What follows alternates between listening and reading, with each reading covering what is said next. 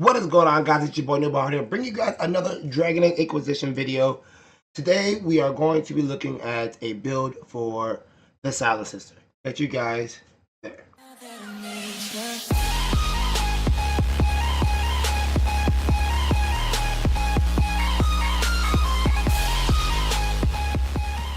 Here we are in the game. As you guys know, if you guys have seen my other videos, let's start with the abilities. Going down the first tree, Silent Fury, you're going to want to go ahead and upgrade your throwing blades. You get throwing blades right off the jump, so you don't have to worry about spending a point for that. You're going to go ahead and get precision targeting.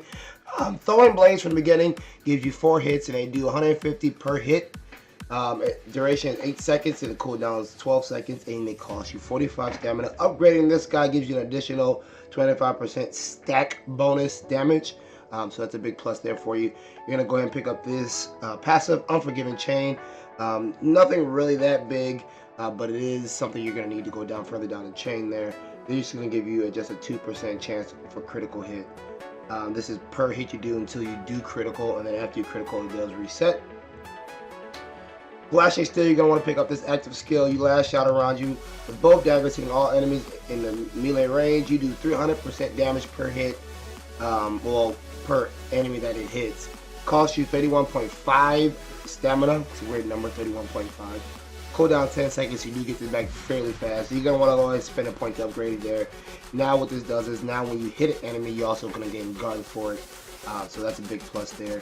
You're also going to pick up Spinning Blades, and then you're going to spend a point to upgrade it. Starting off with Spinning Blades, you're going to start off with 5 hits. You're going to do 100% weapon damage per hit. Area effect is 6 meters, cooldown time is 16 seconds, and it costs 58.5 stamina. So you do get this back quite quickly, and if you can manage to regenerate your stamina, you also would be getting this super fast. The upgrade version of that, Never Ending Spin, gives you just an additional 4 more hits. So this is a very strong combo. I like to save this combo for when I'm fighting against like the bigger enemies, bosses, and things like that. And I tend to normally spam Flashing Steel when I am surrounded by a couple of enemies. Moving on, passive Deep Reserve. You get your breath back faster than most. When your stamina is very low, it regenerates more quickly. So when your stamina reaches below 50% is where the threshold is, you will then start generating your stamina back 50% faster, and then you get an additional +3 on strength. Next passive, Shiver. When an enemy dies near you, the thrill of the death spurs you to hit much harder. So now if an enemy dies within 10 meters of you, you're going to be doing an additional 30% damage, and you're going to be for 5 seconds. Now this, if you tend to stay surrounded, you tend to keep killing enemies, this will continue to stay up. It does not stack, so what it's going to be is just, if you kill an enemy, you get 5 seconds of 30% damage bonus, and if you kill another enemy within that 5 seconds, your time's going to reset for another 5 seconds. So it's not like 5 seconds, 15 seconds, 20 seconds. No, it doesn't stack like that. It's just your time will reset. If I get hurt, you're going to want to pick up this passive. Again, this helps you with that stamina, so we can tend to keep our bigger skills here, like this guy 58, not this one 45. Tend to keep those up as long as possible. The worst mistake the enemy can make is to let you see them flinch. Tongue twister there. Whenever you score a critical hit, you generate stamina, and because we are using the Silent Sister, and because we are having a lot of dexterity and cunning with most of our passive and active skills, you're gonna see yourself critting a lot, which then means your stamina will be restored for 10. So it's a flat 10 every time you hit crit. Every time you crit, it's a flat 10. Let's go to this guy here. Shield Breaker. Your critical hits crack armor and render shields, surrendering your enemy's armor for a short time. Armor reduction is 20% and lasts for 6 seconds. So again, when you crit somebody with armor, their armor will take less damage, or their armor reduces less damage. I think it's better. Your armor reduces less damage, so reduces 20% less damage, and it lasts for 6 seconds. Again, it does not stack. It does reset after 6 seconds. So if you crit an enemy that has armor up, it'll just reset for you. And then Dance of Death, you're gonna want this as well. You regain stamina with every kill. The better to continue the assault. So you kill an enemy, you restore 50 stamina. So this is this guy here. And this guy here will help you keep your stamina up as much as possible. Going on to the last passive of this tree, Furious Blow. Your movement speed increases after you land a crit. Not really that big of a thing. I mean, you crit, you run faster, stuff like that. It's not attack speed, it's just your movement speed. Lasts for 8 seconds, 50% bonus, so I guess you can switch targets faster. Maybe to help out with getting those streaks. But I said nothing really big, but we wanted to get this so we can get here. Hidden Blades. They swear you leap from shadow like a thrown blade and hit your target with a flurry of strikes from every angle.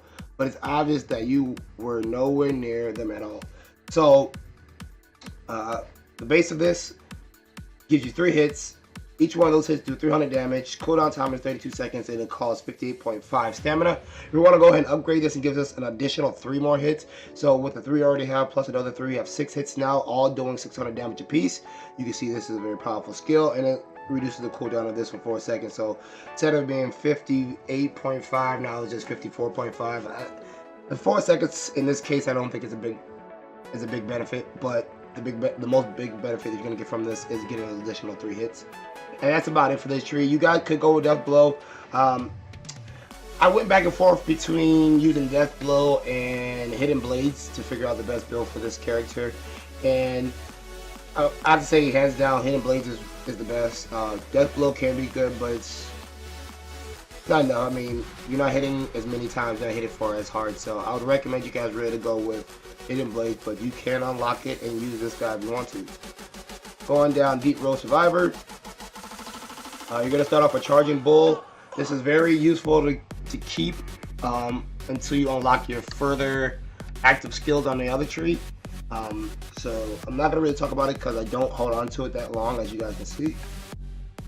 Bulwark, you stand all the stronger to finish the fight, gaining a bonus to your maximum guard. So now your guard just has a bigger pull, 50%, plus an additional plus 3 on Constitution.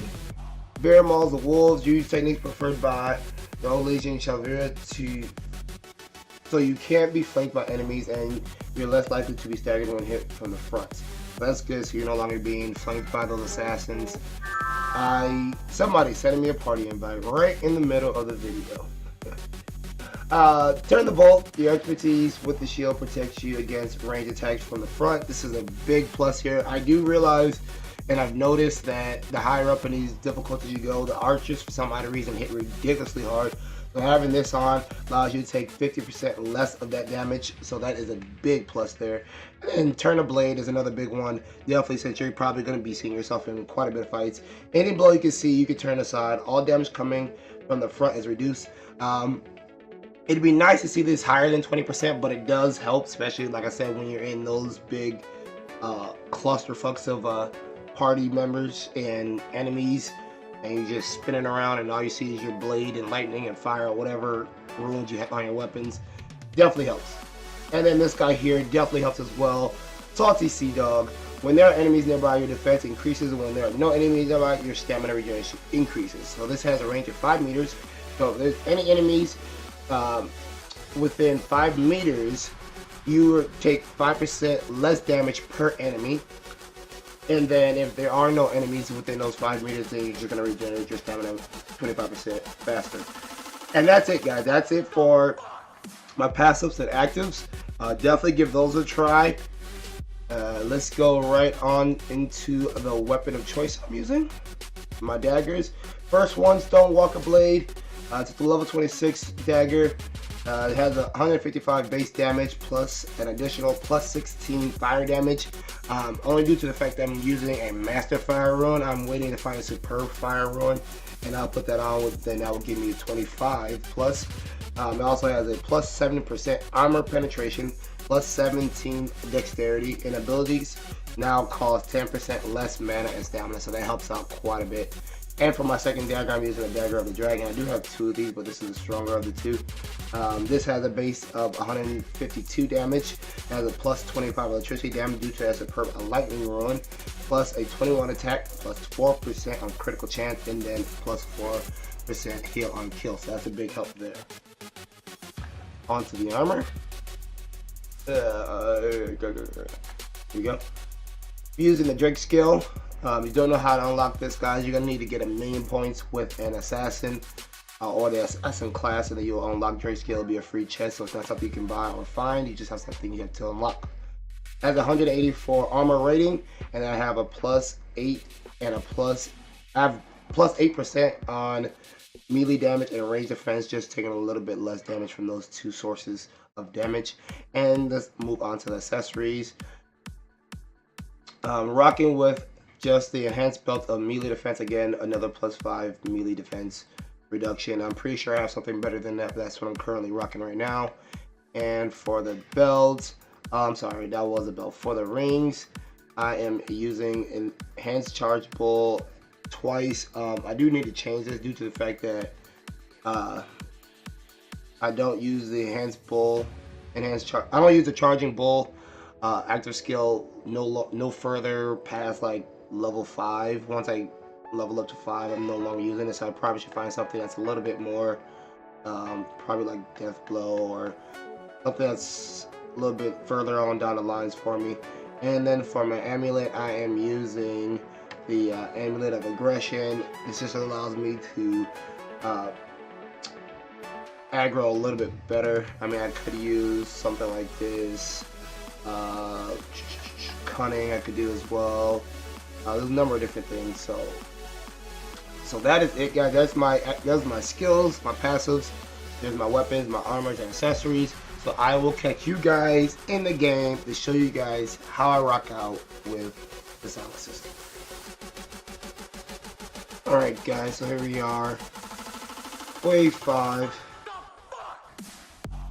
So you guys are going to want to spam pretty much all of your abilities except for, not called Death Blood, I don't think it's called. I can't quite recall what it is. But you're going to spam almost everything. Definitely Flashing Steel, especially when you get surrounded, because that allows you to get guard per enemy. I'm just going to use much straightforward here. I think that side is around it pretty quickly. Get some kills here maybe before I die. There you go. Teammates dying around me. I'm gonna die too, looks like, unfortunately.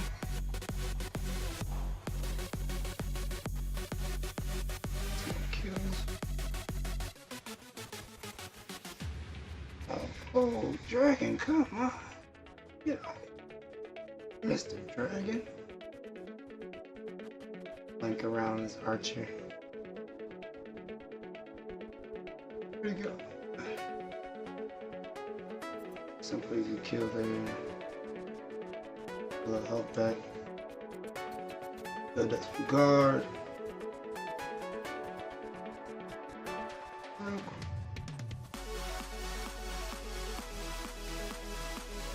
Okay. Oh, come on, Mr. Dragon. Very nice, shall we? I don't know why, but my game's lagging, and it's lagging bad. Oh my goodness. Oh my goodness. What the fuck? Alright, I don't know how I got up, but I'm up. I'm not gonna argue. Not gonna complain. I'm gonna be cool with it. Nice, unfortunately I don't have any.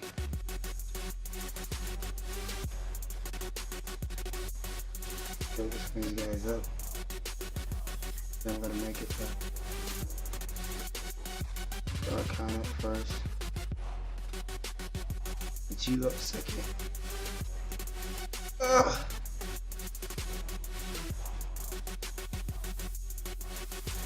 Some kills here now. Put my guard back. Sorry about that, guys. Looked like my game had lagged out or something like that, but as you saw, I was actually close to near death in that gameplay there on wave 5 of the Perilous. But I managed to, because of my weapons, get quite a few kills, get my health back up, as well as build my guard back up. But you're gonna pretty much spam every ability you get back to back. You're gonna use Flashing Steel when you're surrounded by a couple of enemies to generate guard. You're also going to, let me check here real quick. You're going to spam hidden blades on pretty much all your big guys or enemies from a distance. That will do quite a bit of damage there. You also going to want to spam throwing blades as well.